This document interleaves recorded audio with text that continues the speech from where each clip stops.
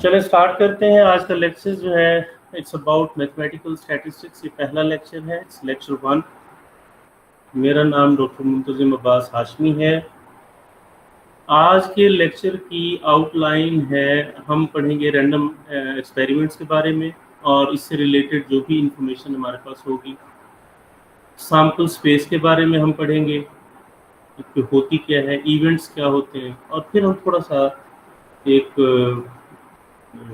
आप एग्जाम्पल करेंगे कि हम समझ सकें कि जो वर्ड है प्रोबेबिलिटी, इसका मीनिंग क्या है।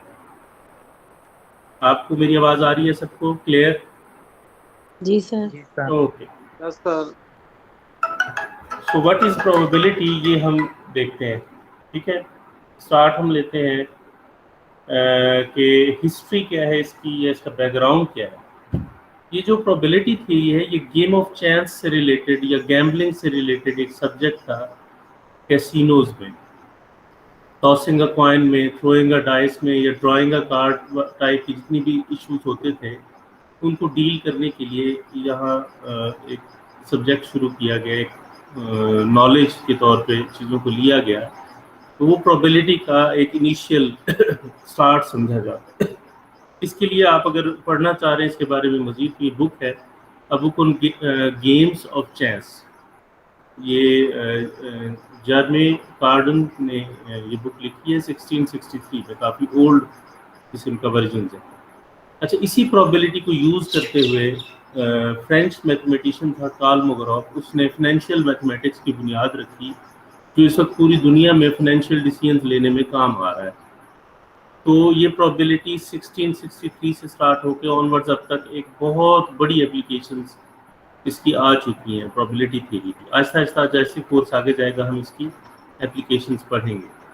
The knowledge of probability theory makes it's possible to interpret statistical results. Interpretation of statistical results के लिए हम इसको जो है वो एक सूटेबल टूल है, इसको यूज़ कर सकते हैं। Since many statistical procedures involve conclusions based on samples. हम क्या करते हैं कि हम पूरी पॉपुलेशन को बाज़ दफ़ा स्टडी नहीं कर पाते, हम सैम्पल्स को स्टडी करते हैं। इस तरह की सिचुएशन को डील करने में जो प्रोबेबिलिटी के कॉन्सेप्ट्स हैं वो बहुत ज़्यादा हेल्पफुल है। Probability theory is being applied in the solution of social, economic, business problems, जो जैसे कि मैं आपको बता चुका हूँ। Today the concept of probability has assumed greater importance, and the mathematical theory of probability has become the basis of statistical applications in both social and decision making research. Probability theory in fact is the foundation of statistical inference. हम जो statistical decisions लेते हैं, inference means फैसला करना, statistical फैसले जो हम करते हैं उसकी जो एक्चुअल बेस है या फाउंडेशन है वो प्रोबेबिलिटी थ्योरी।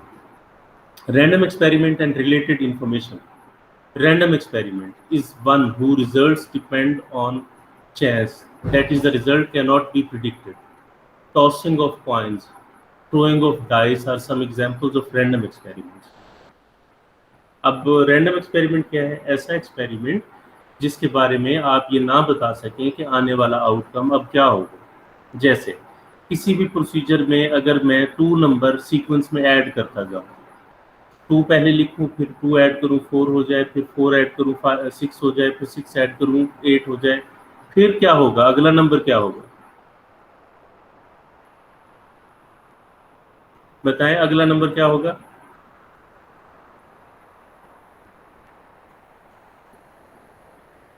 सर काइंडली एक दफा रिपीट कीजिएगा थोड़ा सा।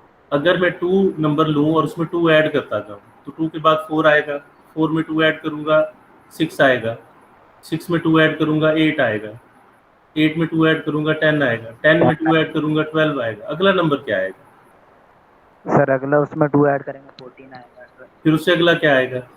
16, फिर उससे अगला क्या आएगा? 18। तो ये प्रिडिक्टेबल नंबर्स हैं। ओके। Okay sir. लेकिन अगर मैं रोलिंग अ डाइस, एक मेरे पास डाइस है, उसको मैं रोल करता हूँ, 4 आ जाता है, फिर मैं रोल करता हूँ 3 आ जाता है, 1000 दफ़ा मैं रोल करता हूँ और मुख्तलिफ नंबर्स आते हैं, मैं उनको नोट कर रहा हूँ। क्या उसके बाद जो मैं रोल करूँगा, आप रोल करने से पहले बता सकेंगे कि क्या आएगा? No sir. नहीं बता सकते। ऐसा एक्सपेरिमेंट जो प्रिडिक्टेबल ना हो, ऐसा एक्सपेरिमेंट कहलाता है रैंडम एक्सपेरिमेंट। जो मैंने पहले एग्जांपल दी वो ऐसा एक्सपेरिमेंट है जो रैंडम नहीं है, और रोलिंग अ डाइस वाली जो मैं एग्जांपल दी वो ऐसा एक्सपेरिमेंट है जो रैंडम है। टॉसिंग अ कॉइन रैंडम है, ये रैंडम एक्सपेरिमेंट है। हर एक परफॉर्मेंस ऑफ एन एक्सपेरिमेंट को ट्रायल कहते हैं, और उससे जो चीज़ हमें रिजल्ट के तौर पे मिलती है एक्सपेरिमेंट करने के बाद, उसको हम आउटकम कहते हैं। लेकिन बगैर एक्सपेरिमेंट किए क्या मैं ये बता सकता हूँ कि अगर मैं डाइस रोल कर रहा हूँ तो क्या क्या आ सकता है? 1 आ सकता है, हाँ या ना में जवाब दें। जी सर आ सकता है। जी सर आ सकता 1.5 आ सकता है, है। No no sir. 6 आ सकता है, जी 7 आ सकता है। नो। No no sir. हम बगैर एक्सपेरिमेंट किए बता सकते हैं कि क्या आ सकता है, ठीक है। तो जो बगैर एक्सपेरिमेंट किए हम बता सकें कि क्या आ सकता है, उसको कहा जाता है possible outcome. There is difference between outcome and possible outcome. Clear हुआ आपको? जी सर। ओके, अब 1 मिनट का पॉज है, होल्ड करें, मैं आपको दोबारा ज्वाइन करता हूँ।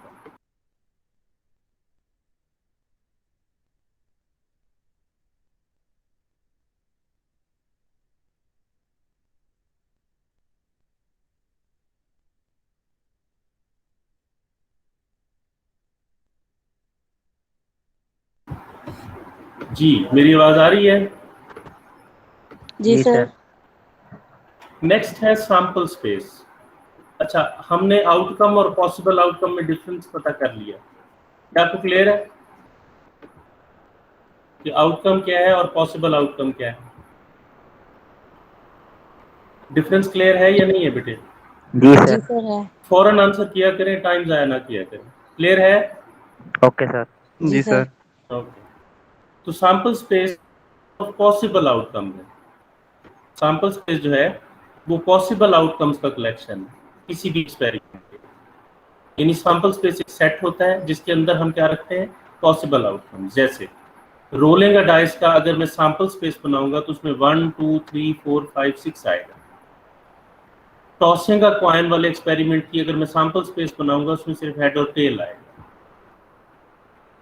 अगर मैं टॉसिंग 2 कॉइन्स की सैंपल स्पेस बनाऊंगा तो उसमें आएगा ये head head, head tail, tail head और टेल टेल। इसके बाहर मैं ब्रैकेट लगाऊंगा, ये वाली और ये वाली, और इसके बाहर मैं लिखूंगा कि ये हमारी सैंपल स्पेस है। मीन एस से मैं इसको डिनोट करूंगा। Any question? नो तो सैंपल स्पेस एक सेट है जो collection of all possible outcomes है। क्लियर हो गया जी? जी जी sir. Sir. Event, an outcome or a combination of outcomes of a random experiment is called an event. Event क्या है? कोई भी collection of outcomes, यानी any subset of sample space is called event. Event होता क्या है? sample space का subset. sample space एक set है ना, उसका subset जो है वो हमारे पास event है। For example, tossing a coin is a random experiment and getting a head or tail is an event. Tossing a coin ये एक रैंडम एक्सपेरिमेंट है और इसकी सैंपल स्पेस कुछ ऐसी बनेगी। हम एस लिखेंगे, ब्रैकेट लगाएंगे और पॉसिबल आउटकम्स लिखेंगे। अगर मैं टॉस कर रहा हूँ कॉइन को तो हेड आ सकता है या टेल आ सकता है, दो पॉसिबल आउटकम्स। अब इवेंट भी एक सबसेट होगा तो ये भी सेट की शक्ल में लिखा जाएगा। ये इसका सबसेट होगा।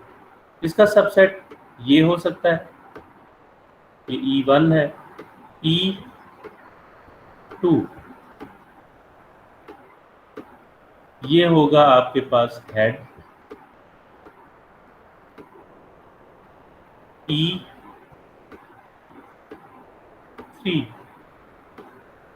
ये होगा आपके पास टेल, और E4 ये होगा आपके पास हेड और टेल। जितने भी इसके सबसेट्स थे वो मैंने सारे लिखे आपके सामने। तो हर सबसेट एक इवेंट है इस सैंपल स्पेस। E1 भी एक इवेंट है, E2 भी एक इवेंट है, E3 भी एक इवेंट है, E4 भी एक इवेंट है। लेकिन इसमें E1 एक स्पेशल इवेंट है, इसको एम्प्टी या इम्पॉसिबल इवेंट कहते हैं। और E4 भी एक स्पेशल इवेंट है, इसको हम कहते हैं यूनिवर्सल इवेंट या ऑलवेज ट्रू इवेंट। ये E2 जो है ये हेड सिंगलटन, या E3 जो है टेल सिंगलटन, ये भी सबसेट्स हैं इसके, तो ये भी इवेंट्स हैं। इस सैंपल स्पेस के 4 पॉसिबल इवेंट्स हैं, E1, E2, E3 and E4। Any question? Sir no question sir, but slide ना नंबर 4 पे रुकी हुई है, स्लाइड नहीं। नंबर 4 पर रुकी हुई है।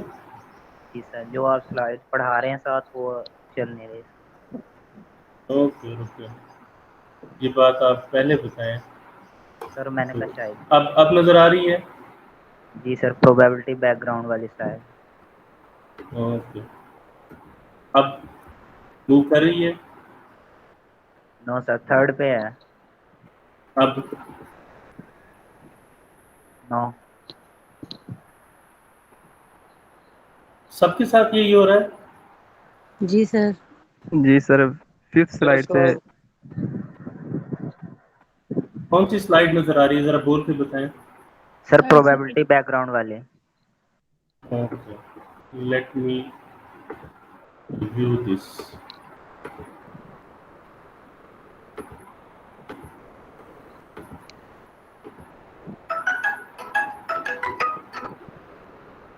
जी, अब नंबर 4 वाली स्लाइड। रैंडम एक्सपेरिमेंट नजर आ रहा है? जी सर। ओके, ये बात बेटे पहले बताया ना, चलें ठीक है। रैंडम एक्सपेरिमेंट इज वन, ये तो चले क्लियर है ना, रैंडम एक्सपेरिमेंट अब। जी सर, ये हो गया था clear. Okay, sample space clear है। जी सर। इवेंट सर क्या है? Subset of sample space. Sample space. तो यहाँ एक एक्सपेरिमेंट लिखा हुआ था, रैंडम एक्सपेरिमेंट इन, हमारा क्या था random experiment? Tossing a coin. तो इस रैंडम एक्सपेरिमेंट की सैंपल स्पेस मैंने ये बनाई, ठीक है। जी सर। और इसके इवेंट्स सबसेट होने चाहिए, E1, E2, E3 और E4। ये 4 इवेंट्स मैंने बनाए। ये क्लियर हो गया? सर नहीं, अभी भी स्लाइड नहीं शो हुई वो वाले। पता नहीं क्यों ऐसा हो रहा है, मुझे नहीं मालूम, फिर आप लोगों का नेट का इशू होगा। सबके नहीं हो रहा।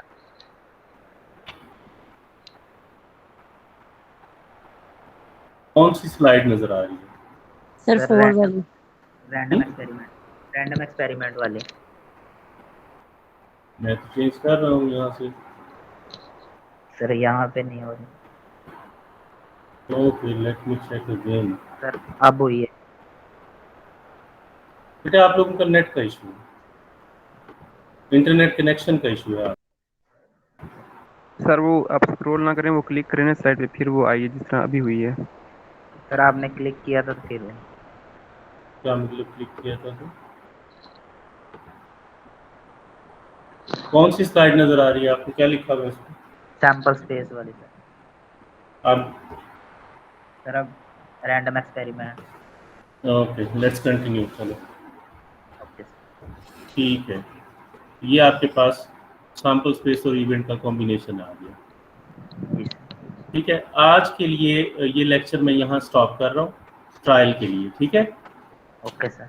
तो कल अगर नेट कनेक्शंस को भी बेहतर करें तो कल से शुरू करते हैं इसको दोबारा, ठीक है। ठीक है सर। ओके।